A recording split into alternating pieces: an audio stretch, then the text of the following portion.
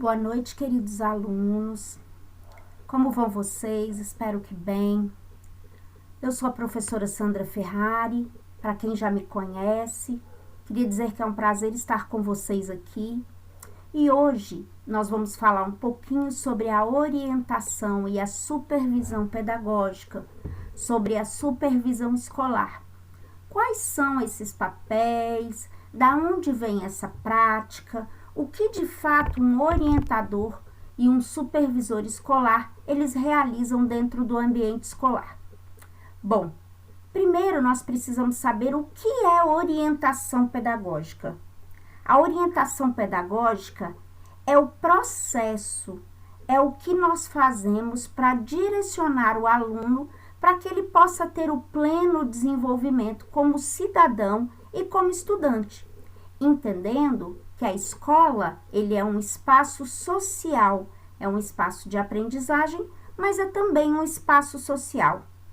A orientação educacional, ela refere-se à assistência dada ao aluno, a assistência que nós damos ao educando dentro desse espaço, para que a gente possa dar oportunidade para que ele tenha o seu pleno desenvolvimento, mediando a relação entre o ambiente escolar, a família e a comunidade escolar.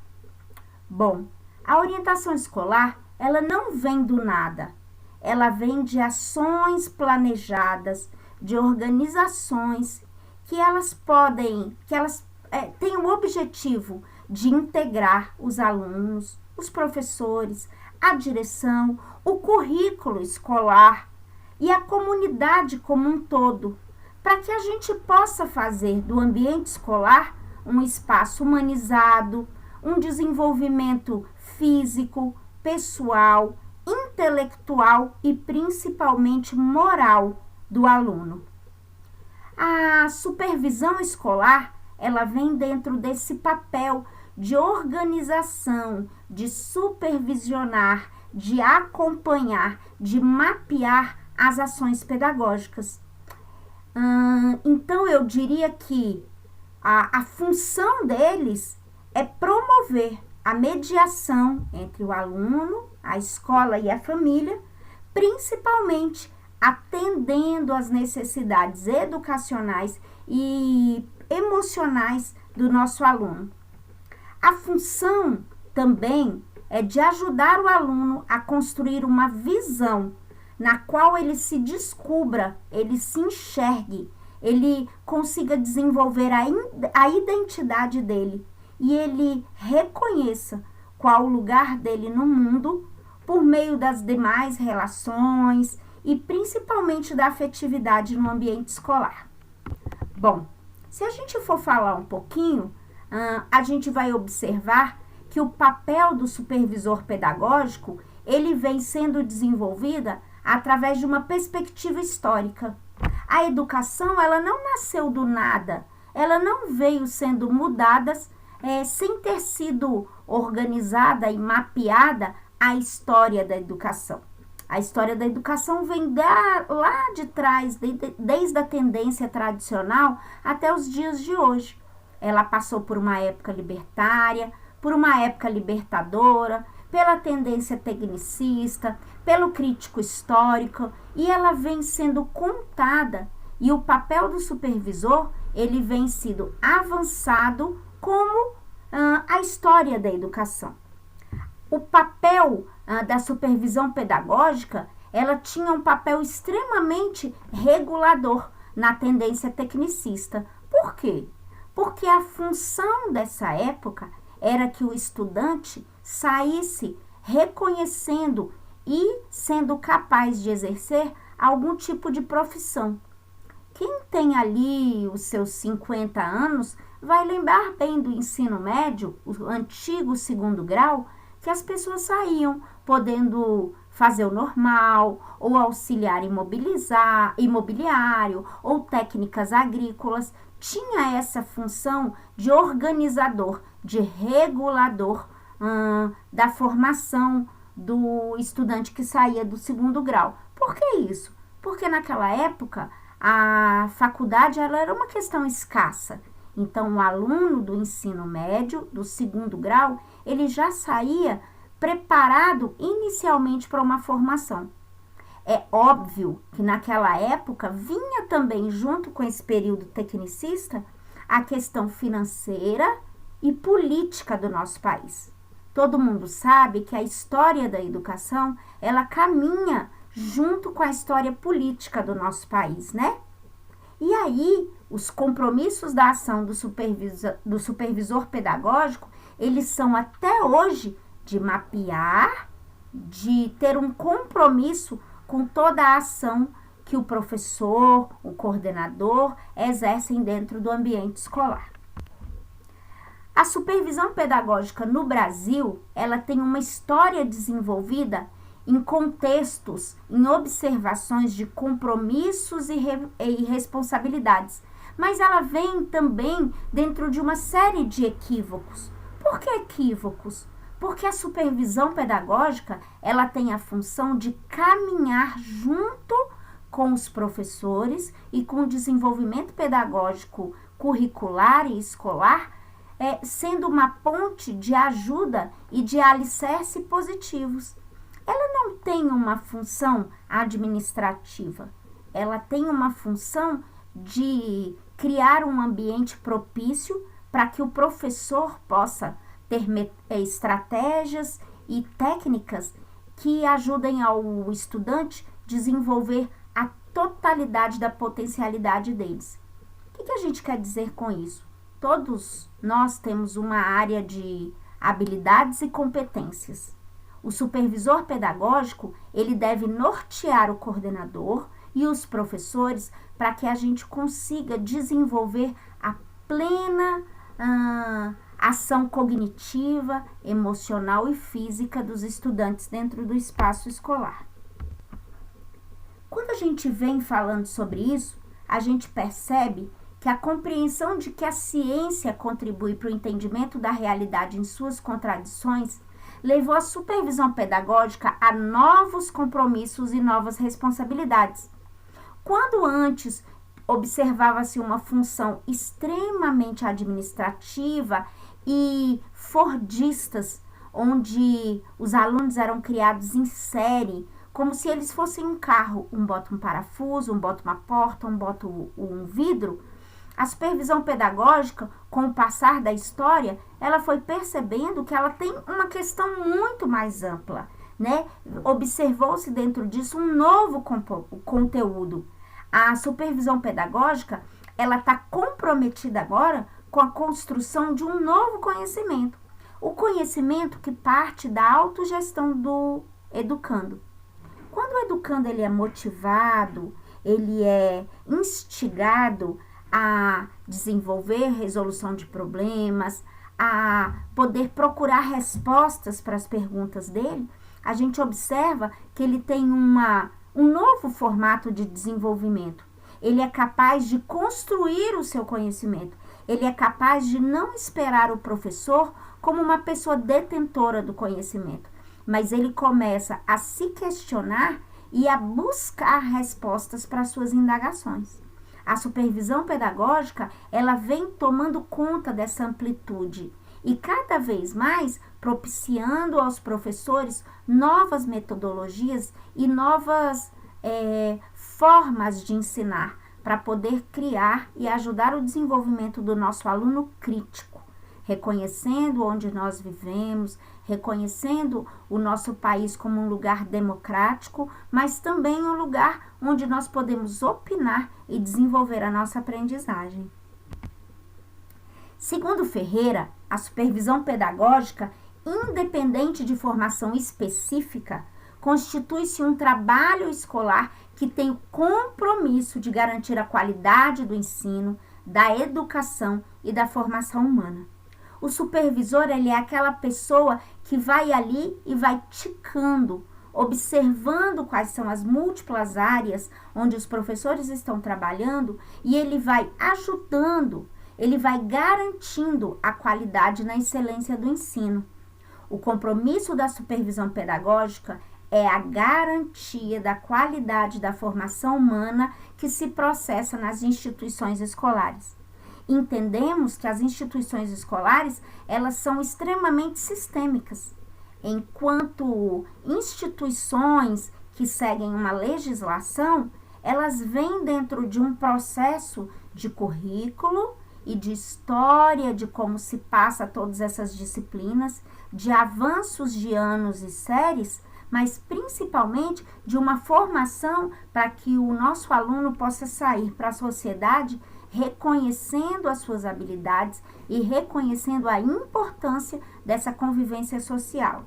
Independente da escola ser uma formação formal, a gente entende que a supervisão, ela também faz o trânsito da aprendizagem informal, aquilo que o aluno traz da sua casa como cultura, como saber individual, aquilo que ele traz como característica da sua identidade. A supervisão, ela tem um olhar sobre. Mas o que é um olhar sobre? É um olhar que teve esse conceito lá na administração. E ele veio para a educação com a função de um controle do processo educacional, mas de maneira nenhuma um controle no sentido estrito da palavra, como controlar, mas aquela intenção de observar a qualidade do ensino, a qualidade do que é ensinado na educação como ciência, aquela questão de orientar o processo educativo do nosso país, né, nos meios com que a gente faz a educação. A gente pode perceber que a administração e esse olhar sobre, ele também tem um vínculo nas nossas políticas públicas. Ora, não há um controle processual se nós não tivermos dentro da nossa história aquilo que se tem que controlar. Qual é a intenção política para a educação do nosso país? Então, a supervisão escolar, ela vem fazendo esse trânsito, fazendo essa união entre as políticas públicas, entre a administração e sobre os processos educacionais, garantindo a qualidade do nosso ensino. Bom, se a gente buscar a compreensão da supervisão pedagógica num contexto de gestão, num contexto de visão sobre, o processo pedagógico não pode ser visto como superioridade hierárquica. Ele não há ali quem está acima ou quem está abaixo. Existe uma percepção, né, ampla dos fatores, dos elementos e das práticas educacionais.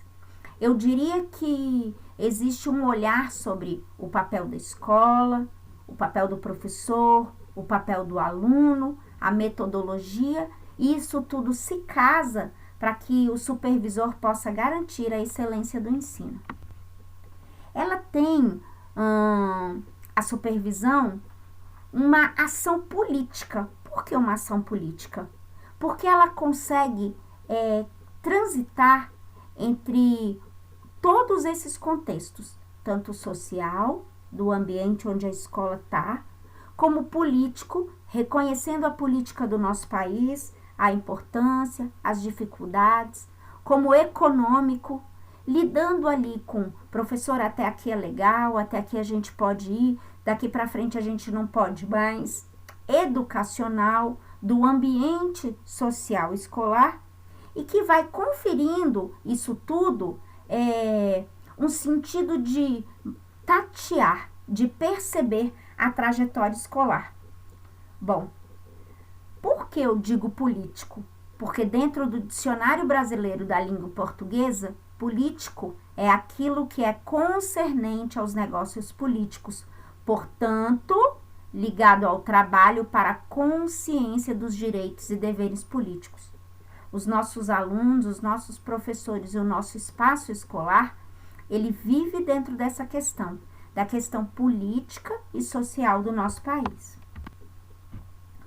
A gente sabe que o modelo econômico que se estabeleceu no Brasil, ele é bem baseado numa questão capitalista, né? A gente vive e a gente entende e convive diariamente com essa perspectiva. Quando a gente olha isso, ainda observando uma opção acelerada pela modernização, a gente observa que a gente precisou fazer um reajuste, tanto política como social do nosso país. Essa reorganização, ela teve como base, como fundamento, os mecanismos do poder do Estado.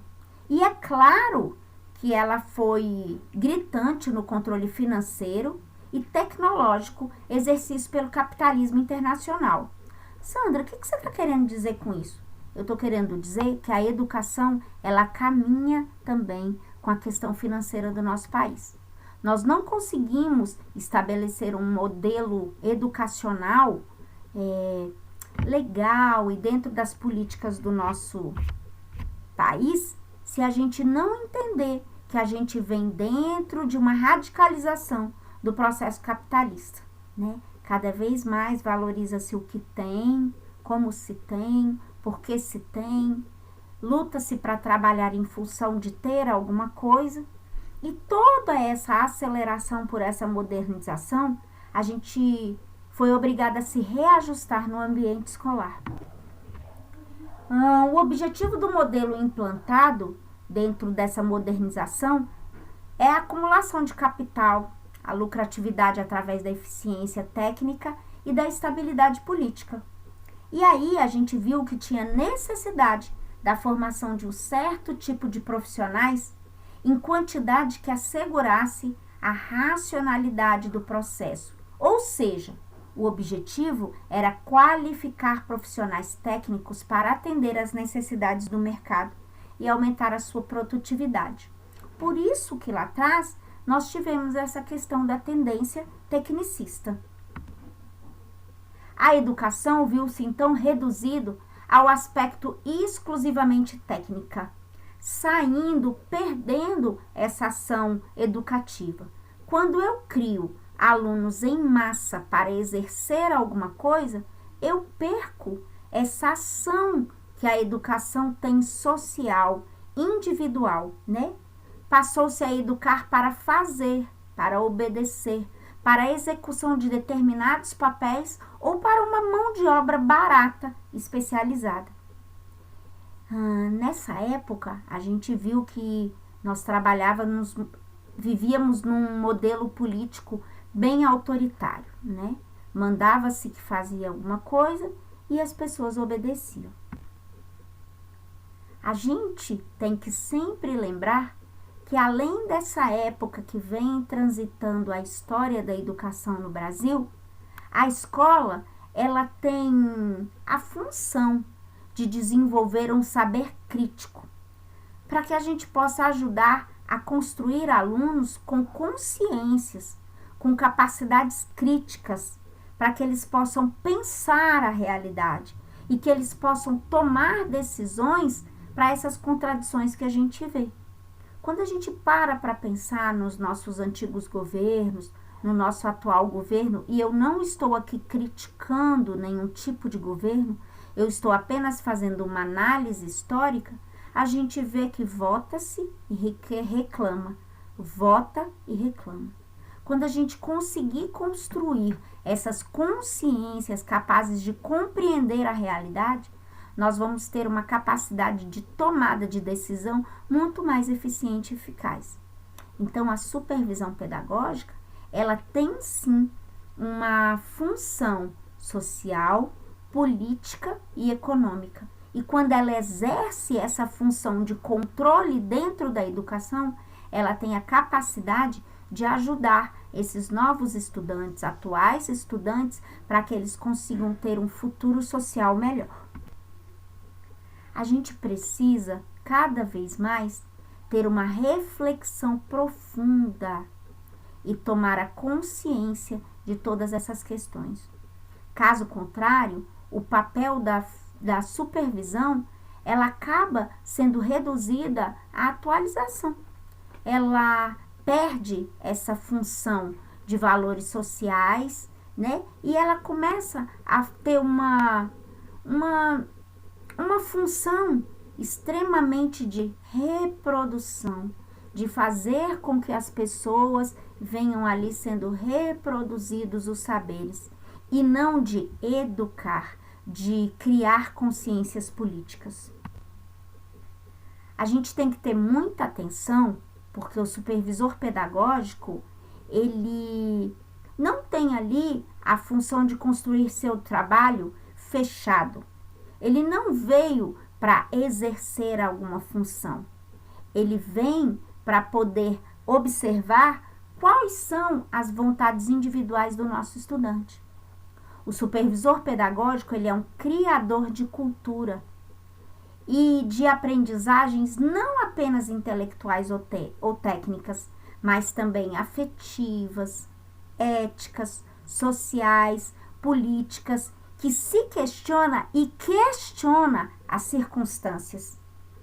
E ele ajuda a definir qual é o papel de prioridade da educação. E a prioridade da educação, ela será sempre desenvolver o educando como um ser global.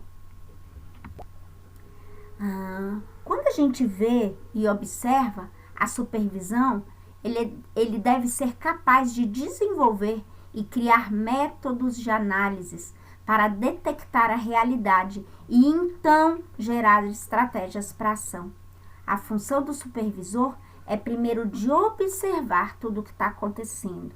Ele observa, ele pontua, ele analisa e após isso ele vai com estratégias certeiras para que qualquer problema que esteja acontecendo ou algo que ele possa fazer para eventualmente adiantar-se numa ação, ele vai fazer. Rangel, ele diz que a visão sobre o processo auxilia a percepção global do contexto e suas relações. O supervisor escolar, ele pode contribuir para a integração de programas, de métodos, de procedimentos de ensino e aprendizagem, de avaliação, de recuperação, conteúdos. Ele pode auxiliar no diálogo, na aproximação tanto em um ano ou no ciclo escolar, quanto na sequência, nos diversos anos e ciclos.